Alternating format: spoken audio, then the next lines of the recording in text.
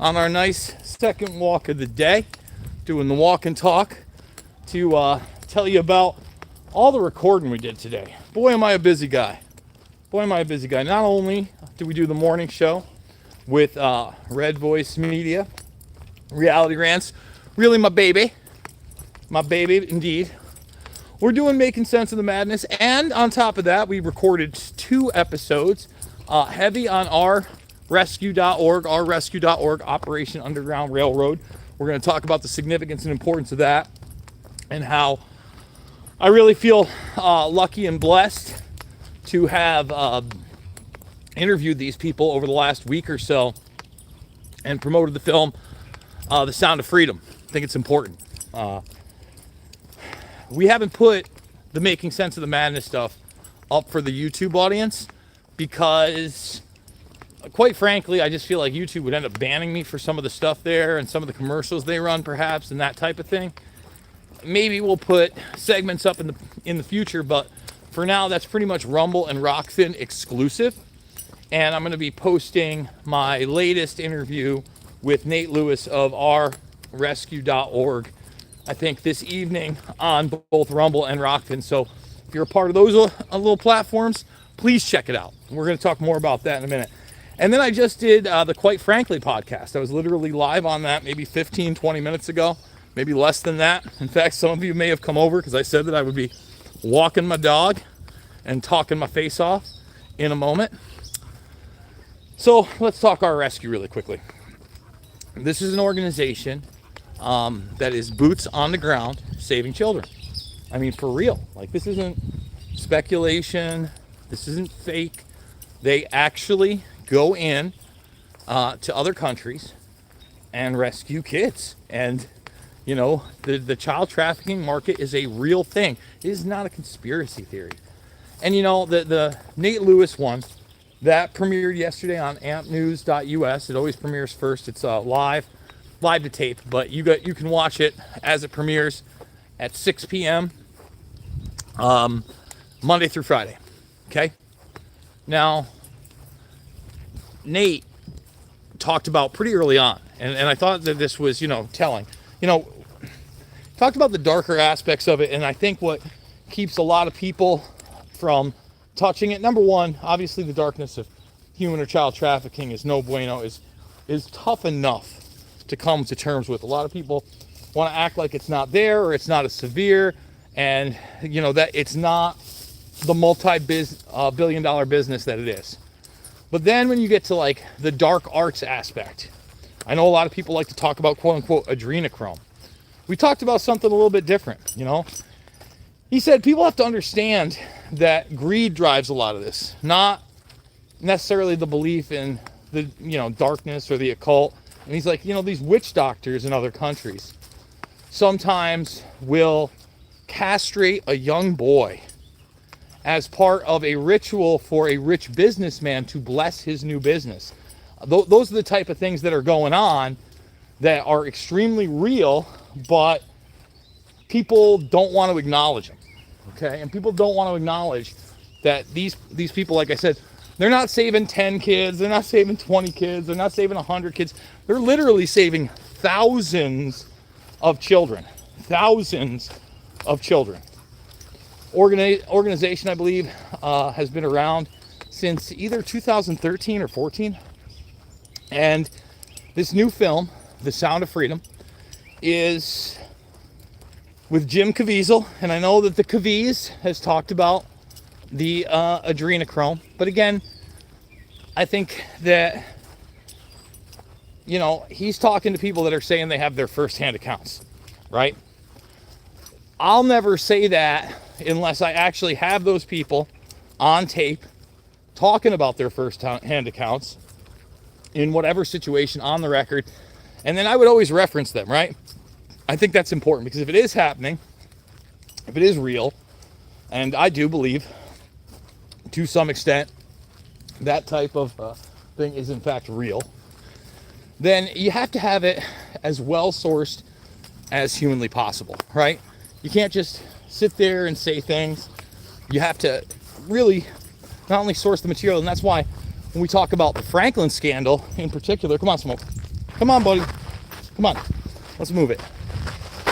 When we talk about the Franklin scandal in particular, then, you know, I often point to that handwritten police reports that describe some of the darkest things ever that have taken place to abuse children, right? That's I think, a really excellent starting point. And, you know, that person who ran that investigation has never recanted and would rather not talk about it because he's seen firsthand. He was involved in it. He's the guy that got demonized for it. Talked to HHS whistleblower Tara Rodas today. Here's another woman, you know. This isn't a political woman. She worked for a separate government agency for like 17 years. Then the Health and Human Services Department commissions her agency to go in and start investigating some of these migrant children situations. And she says in short order, within 2 weeks of her investigation, she realized that a lot of these kids were with people they did not know. Forget about being parents or relatives or guardians, etc. No. Instead, these indeed were child trafficking operations, not just for sex, but for child labor as well. Another dark reality. And it reminded me of Upton Sinclair and The Jungle, which I read when I was a kid, you know, in school. And you would think that in a first world, in America, land of the free, home of the brave, where, you know, the American dream is alive, that human trafficking and slavery could not be a reality. And yet, this woman not only knew it was, tried to do something about it, relieved of her position, Tara Rodas, and you can go watch her testimony, okay? Her testimony before what? The Senate Judiciary Committee. And I really enjoyed my conversation with her because, like her, I'll talk to anybody. You know, she said, look, I'll go on any program, I'll talk to anybody. If the New York Times wants to break this, great. This isn't about me. I'm not on tour. She's like, this is about the kids. No kidding. No, that 100%. It's about the kids.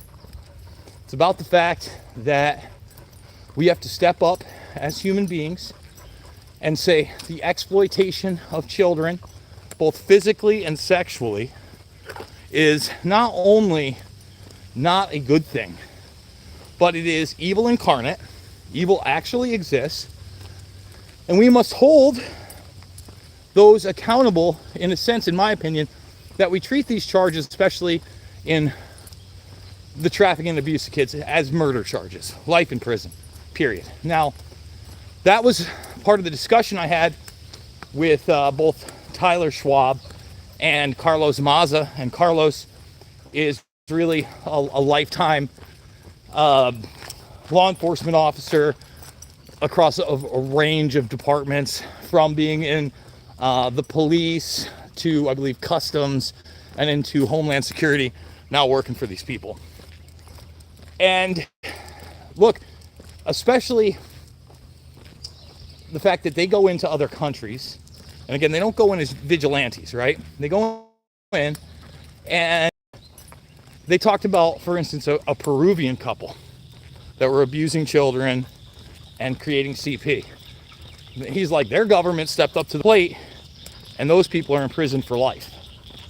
You can only hope and pray and wish that that would be the case everywhere. Unfortunately, it is indeed not. It is indeed not. So they talk about trying to get the longest sentences that they possibly can. They also discussed how they go after them financially and they try to take as much away as humanly possible. And you would hope they take everything away. But when you're talking about a multi-billion-dollar business, when you're talking about proxy networks, when you're talking about global movement, you know, it's very, very hard to get the vast majority of these people in these networks for a number of reasons. And, we also discussed that and the frustrations with that, and how local law enforcement in a lot of these countries often will turn a blind eye due to the bureaucracy at the top, kind of like we see here, where a lot of prosecutions don't want to go through. Okay? So, that brings us to the film Sound of Freedom. If you don't know, Sound of Freedom will be premiering on July 4th across this nation and the world. And if you want to encourage people to look at this issue, I believe that this movie can really become a movement, right? A grassroots movement to shine the light on the darkness through a Hollywood type production that is based on a nonfiction story of Tim Ballard.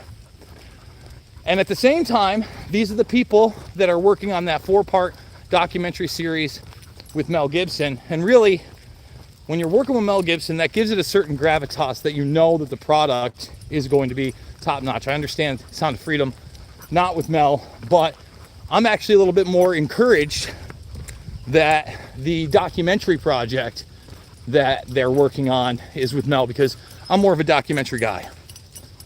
But the vast majority of the public is more of a what? Hollywood produced movie type crowd. So, ourrescue.org, go find out where you can go either get a ticket or buy somebody else's ticket.